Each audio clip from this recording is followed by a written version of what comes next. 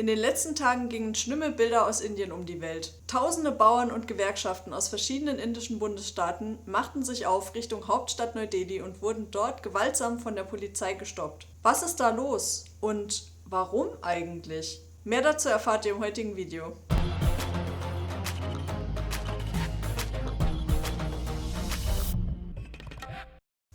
Namaste! Herzlich willkommen auf Indisch für Anfänger. Ich bin die Latoya und ich freue mich sehr, dass ihr heute wieder dabei seid.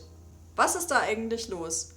Tausende Bauern und Gewerkschaften aus dem ganzen Land, hauptsächlich aber aus den 3 Kornkammern Indiens, Punjab, Haryana und Uttar Pradesh, demonstrieren seit Tagen in und um Delhi und blockieren wichtige Straßen. Die Polizei hingegen versuchte die wütenden Bauern am Betreten der Stadt zu hindern. Und zwar mit allen Mitteln, mit Gewalt, Wasserwerfern, Tränengas, Straßensperren, Barrikaden. Dieses Vorgehen und das Krisenmanagement der Regierung währenddessen wurden von der Opposition, von den Bauernverbänden und auch international scharf kritisiert. Letztlich wurde den Bauern doch erlaubt, Delhi zu betreten, allerdings mit der Maßgabe, dass die Demonstrationen friedlich ablaufen. Bisher ist die Bewegung ungebrochen, denn die Bauern sind gut vorbereitet. Auf den zahlreichen Traktoren befinden sich Decken, Vorräte und sogar Batterien, um die Handys zu laden. Begonnen haben die Proteste jedoch schon Ende September in Punjab und in Haryana. Die dort demonstrierenden Bauern zogen dann langsam aber sicher Richtung Hauptstadt. Ende November kam es schließlich zur Konfrontation mit der Polizei an der Stadtgrenze. Unter ihnen befinden sich auch viele Sikhs, die aufgrund ihrer turbulenten Vergangenheit und ihres Status als religiöse Minderheit der hindu-nationalistischen Regierungspartei ohnehin kritisch gegenüberstehen. Was ist der Grund der Demos? Um zu verstehen, warum die Bauern so wütend sind, muss man ein bisschen mehr über ihre Situation wissen. Also, die Bauern in Indien haben momentan einen schlechten Stand. Es gibt sehr viel Armut, sehr viel Leid, sehr viele Suizide und sie haben zunehmend das Gefühl, dass ihre Stimme von der Regierung nicht mehr gehört wird. Die regierende BJP versprach vor der Wahl, das Einkommen der Bauern zu verdoppeln und ihren Lebensstandard zu erhöhen. Jedoch ist trotz Rekordernten das Einkommen der Bauern gesunken und ihre Lebenssituation deutlich schlechter geworden. Die Nationalbank für Landwirtschaft und ländliche Entwicklung in Indien hat errechnet, dass ungefähr die Hälfte der landwirtschaftlichen Haushalte verschuldet sind. Und laut dem National Sample Survey Office, also so eine Art statistischem Bundesamt in Indien, haben die Haushalte weniger als 75 € im Monat zur Verfügung. Das ist sogar für indische Verhältnisse wenig. Wie bedeutend die Landwirtschaft in Indien jedoch ist, sieht man an den beiden folgenden Zahlen. Ungefähr 18% des Bruttoinlandsproduktes kommen von der Landwirtschaft in Indien.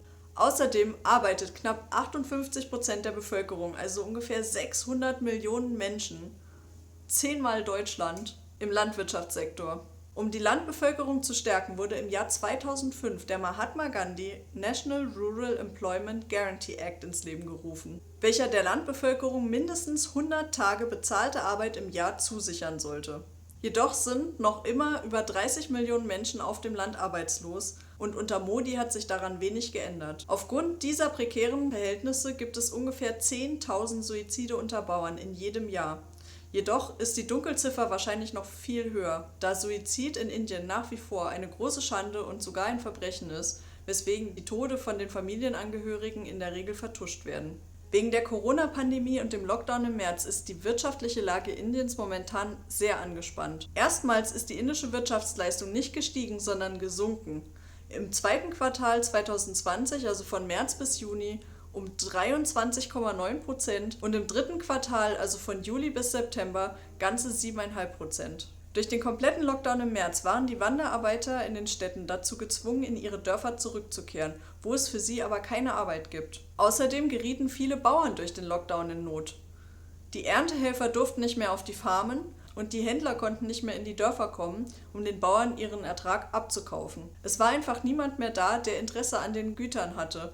Und so brach die Logistik an vielen Orten komplett zusammen und ungefähr 30% der Gemüseernte ist auf den Feldern verrottet. Die Bauern beklagen, dass die Regierung sie in dieser Zeit komplett mit ihren Problemen alleine gelassen hat. Was ist nun aber der konkrete Anlass für die Proteste?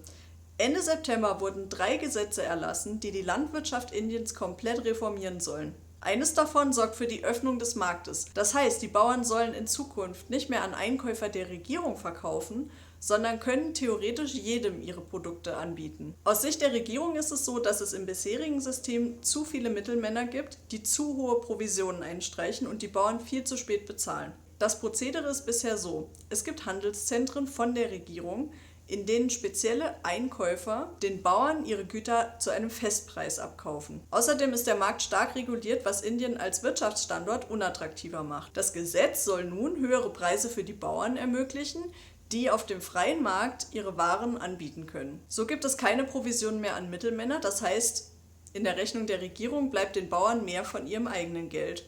Außerdem soll das Geld deutlich schneller ausgezahlt werden können. Die Befürchtung der Bauern ist jedoch, dass dieses Gesetz die Preise in den Keller und die Kleinbauern in den Ruin treiben wird, da sie ohnehin schon einen schlechten Stand gegen die Großbauern und Konzerne haben. Diese werden nämlich schon von den Agrochemiekonzernen gefördert und haben außerdem durch ihre schiere Größe viel bessere und effektivere Möglichkeiten der Produktion.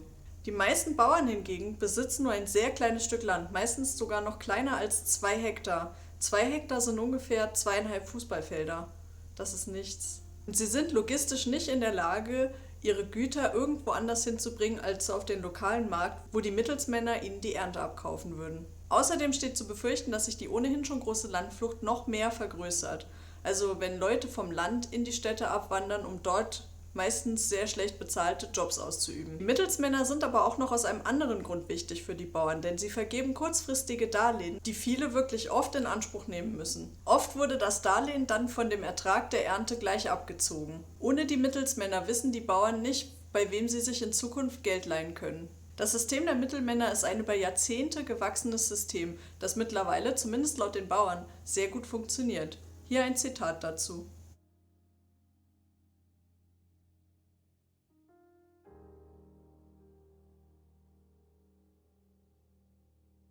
Nun wisst ihr Bescheid über den Grund der Demonstration, aber was haben wir für die Zukunft zu erwarten? Momentan kann das wohl noch keiner absehen. Die Demonstrationen sind in vollem Gange und die Bauern sind darauf vorbereitet, mehrere Monate vor Delhi zu kampieren.